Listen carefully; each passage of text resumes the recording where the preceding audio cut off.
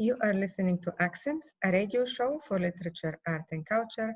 I'm your host, Katerina Stoikova, and my guest right now is poet Marta Greenwald. Hi, Marta, how are you? Hi, thank you for having me. How are you? I'm doing great, very excited to talk to you. Me too. So, Marta Greenwald is a writer, editor, and educator, originally from Middletown, New Jersey. She is the winner of the 2020 Yeats Prize for Poetry. Her first collection of poetry, Other Prohibited Items, was the winner of the Mississippi Review Poetry Series. She is a curator for Correspondence, a literary reading series in Louisville, Kentucky. Congratulations on that big prize that you just got in 2020. Thanks. Yeah. It was great. It was a prize for a poem, right? Yeah, just for one poem, actually. And it was very strange to get the news because it came from New York City in April, where nothing seemed to be happening good there, obviously. And then it was just a very odd moment to hear from them. So, but I'm very thrilled about it. Yeah, it's amazing that they were able to conduct the contest. Well, they had started, the submissions were, much prior to the pandemic starting. So I think that the judge already had the poems anyway. And he was in Spain, he wasn't in New York. So somehow they pulled it off. But I'm really happy for you. And I hope that that's one of the poems you're going to read for us a little later. Definitely, yes. Yeah. What are you writing these days? Well, after about a many year gap, I started writing poems again about 2 summers ago. And so I've been continuing with that. And also I've been working on some short stories and a memoir that I'm sort of ashamed to admit I've been working on for about 8 years, called Shiva Bullies. And I've found, though, that I'm sort of unexpectedly energized by the mass state of mourning that we find ourselves in, and that the book is about mourning. And I found I've been able to connect to material that I probably had been repressing or just not considering prior to the state that we're all living in now. So I don't want to say that it's like a happy consequence of it, but it's a sort of interesting writerly consequence of what we're all going through. And then, as you already mentioned, or also Correspondence doing the reading series. And we've gone on this summer collaborating with Flying Out Loud and Louisville Literary Arts, since it seems like we work all better together given what's going on. So that's what I'm doing. So are you close to finishing new poetry manuscript? No. I'm a very slow writer, and that's kind of a bad thing. So I take a long time with each poem, but I'm definitely working on it and thinking about it as a collection, which is a really good thing for me because I hadn't been doing that for so long. So yeah, it's coming along. So which one do you think will be ready first, either the poetry book, the memoir, or the short story collection? I actually have more short stories, believe it or not, than I have of anything else now, but I think probably it will be a tie between the memoir and the poetry. So I don't know. Sometimes I feel like it's one and the other. It's such a strange time that we're living in that it's hard to sort of pinpoint exactly where your mind's going to go from one day to the next when you start writing. There's people keep saying things like, well, you're home, you should be writing all the time, but I don't find it's really like that at all. You're taking care of other people in the house, and you don't necessarily have your space to yourself, and you're busy being anxious and worried all the time. So I'm going to read a poem today that sort of addresses that, actually. And what is important for you in order to say that the project is finished, or what is an important last step for you in order to say that something is done? For just for an individual poem? Well, I mean, on the book level, but if you have a good answer for an individual poem, that's fine too. I want to hear it. For an individual poem, for me, I think it's when I'm somebody who reads aloud to myself constantly when I write. And I feel like when the music of the poem is right, then that's how I know that it's done. And I don't feel like I can even start one if there isn't a certain lyricism to the beginning of it. I just have to hear it. For a project, I think that's an individual thing for everybody who's got their own style of work. For me, it's more of like a feeling, like everything you wanted to be there is there. Yeah. But I know that's different for everyone, so. See, that's very interesting for me because you know that I have been asking people what's the most important thing you teach your students of creative writing, right? So, yeah. And I want to start asking two questions, and one of them is, what is the most important thing? Let's see how I wrote it down. What is the most important thing for you when you put together your own poetry book or your own project? And what your answer was, that everything I wanted to be there is there. I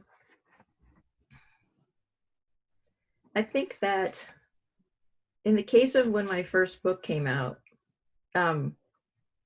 because of the way the poetry world is with content, the contests are largely the way things are published, right? Unless you're like a very, very famous poet, in which case it might be different, but in most cases it doesn't work that way.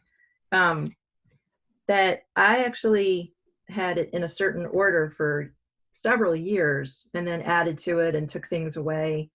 And I actually had a good friend of mine named Catherine Sazanoff, who's a poet in Boston.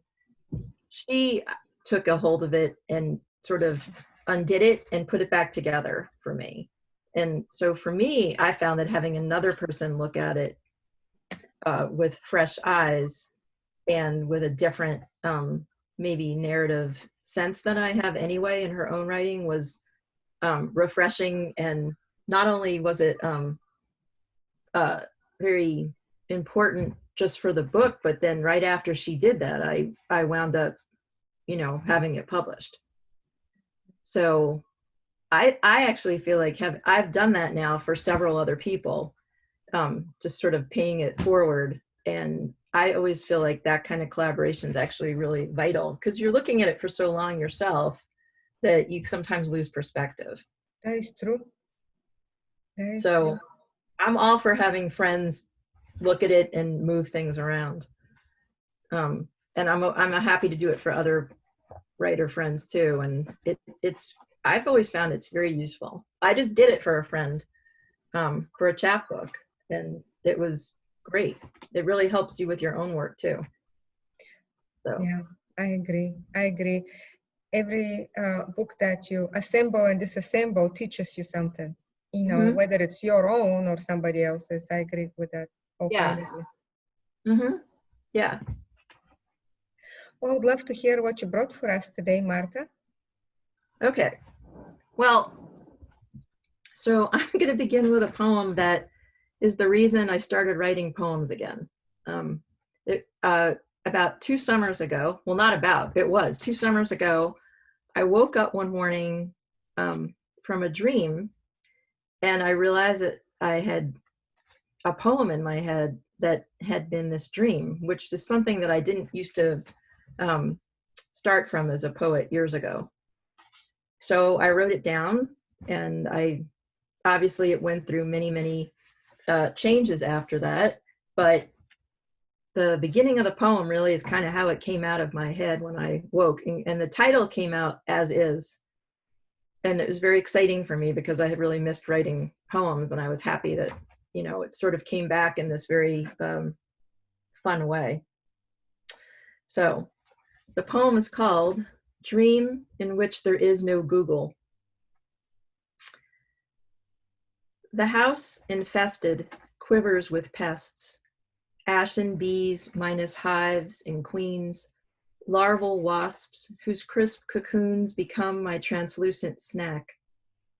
Water spiders, big as crabs, roam down stairways, guiding me to rooms gone oceanic and dim. The tiled kitchen sea, too cluttered with moths to see beyond the windows. This non-house halves my childhood home, yet I discover my mother's antique chamber pots lost on a sill, dead ferns spilling from holes where someone shat in 19th century New Jersey. I can't read a phone book, but beg neighbors to comb through the pages, unable myself to decipher the word exterminator. I do not recall methods to terminate or objects to locate, till termite trails lead me to that long-sought 1840 Kiddush cup with a dark tarnished halo of Slivovitz. I no longer remember the delight of inquiry, only its necessity. So how to recognize things that we won't know how to find? Waking, itchy, I check our sheets for mementos of dreamt mosquitoes, while he sleep grimaces and snores beside me. Last week, in his search history, I saw Charlene McIntosh, Leslie Smith, Penny Akers, Carla, Karen, Lynn, again, those extinct loves. He'd said, it's nothing. I snoop to confirm how ravaged they are, how old. Above us, the ceiling fan's bladed wings, ticking off air and names. Charlene McIntosh, Charlene McIntosh, Charlene McIntosh. So that was the poem that got me started again. Next poem I'm going to read is the poem that won the Yeats Prize, and it's a little sonnet called Selfie at 50. And in pre-pandemic times, I would have been going to New York last April to read at the kickoff of National Poetry Month at Union Square. So hopefully if things are better next year, I'll get to do it a year late. So I'm really looking forward to that for all kinds of reasons, obviously. Selfie at 50. Whiskered, garlanded, haloed by stars. Your image swiped from peacock to hippie, snow bunny to witch, ghost to flirty jaguar. Hold the cell high, filter, angle purposefully, wrist extending farther than anyone believes possible, till the sharp planes of your cheeks and chin reemerge, features no longer bereaved. Childhood posted, accrues lies and likes. My friend in kitten ears, you haven't aged a bit. Still out wandering with father, despite the rainy October night. Monster costume aglow, backlit by wavering opal streetlights. No one remains who would remember you like that. Looking upward from a silly mask, waiting to be told you're adored.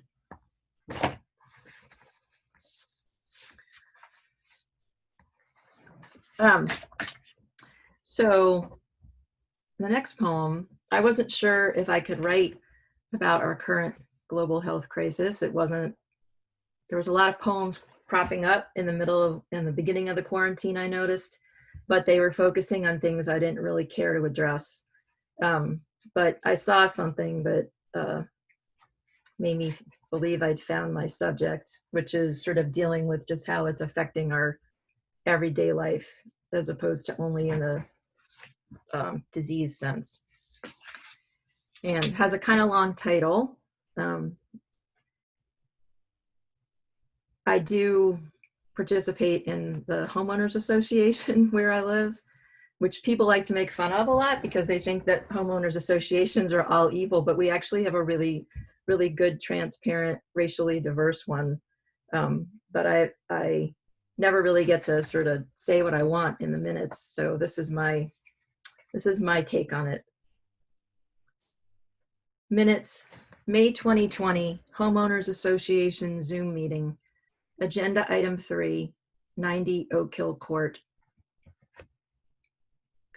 Feline and stealthy, in a camouflage onesie, the sun slinks about their overgrown lot.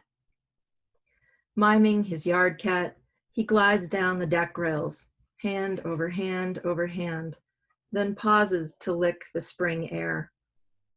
The lawn is long and tangled, grasses taller than the dormant, rusty swings. We wonder about the homeowner who used to mow. Maybe he left or caught the virus and lies there now, fevered, in his foreclosed house. Who knows? The mother is unresponsive. Our queries go ignored as her son creates a curbside wind farm from rainbow pinwheels guarded by gnomes. Complaints accrue from the next door neighbor, that skinny smoker grandma who struts to the mailbox in her granddaughter's fuchsia short shorts. Thus, the board resolves unanimously to help. Our snow budget sits untouched due to winter's warmth. So why not? Note to management, send the grounds crew. Addendum. The moment the mowers arrived, the resident summoned her son to the deck. White terry cloth pilgrim collar wreathing his neck, she circled round, cutting his hair, locks falling like shards of black glass. He began to croon, off-key nonsense arias, so raucous above those machines, busker for the birds who declined to tip.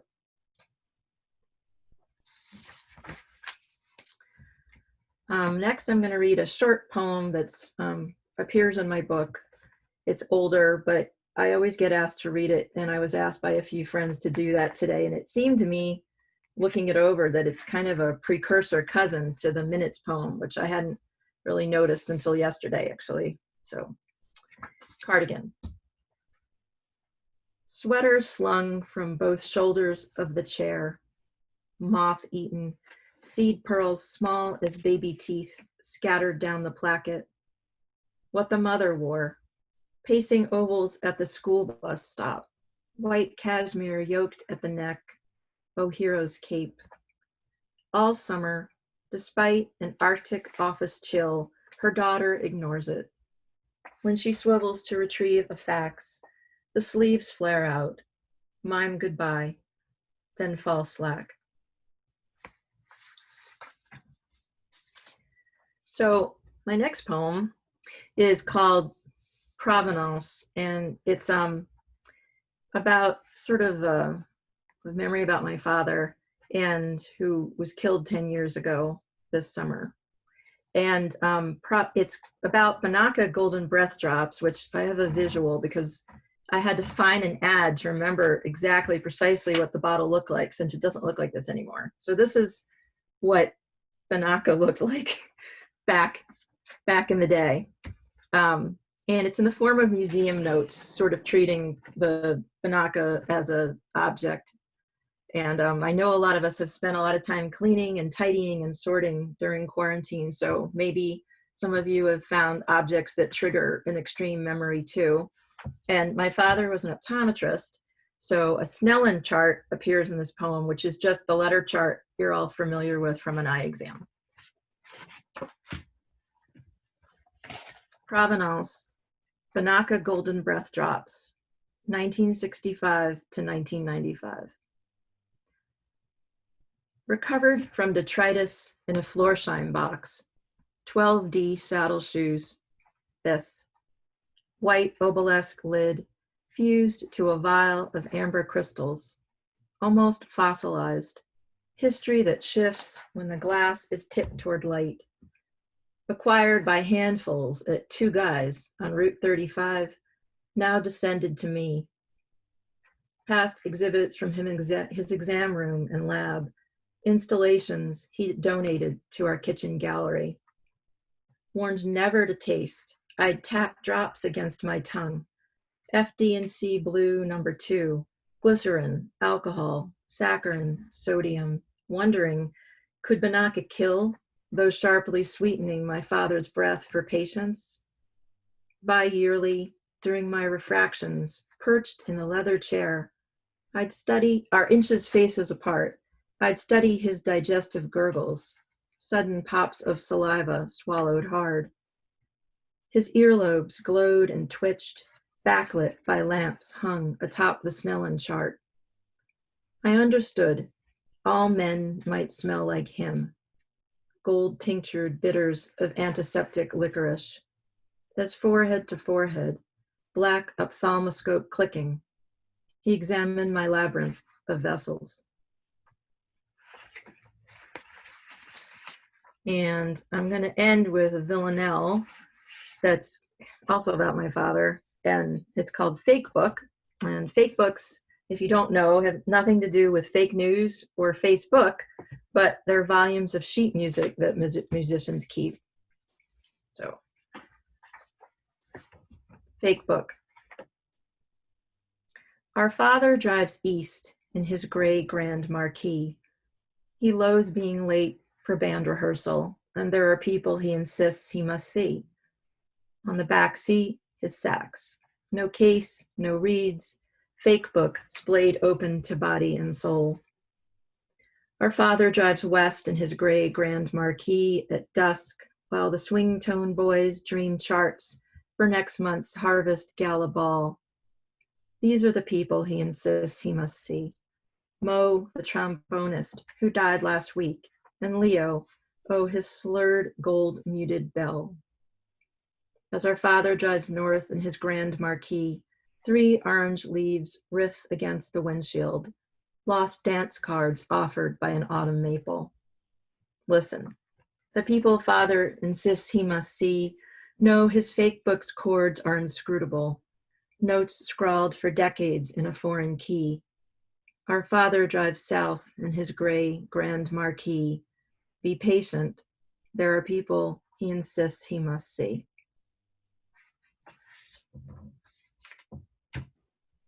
That's it. These are lovely, Marta. Thank you so much for reading them. Thank you. Thank you for having me. I really appreciate it. I really appreciate you. And best of luck with all your literary projects and all your writing, your memoir, your short story collection, your poetry book, and Thank you. your day-to-day. Thank you. Thanks.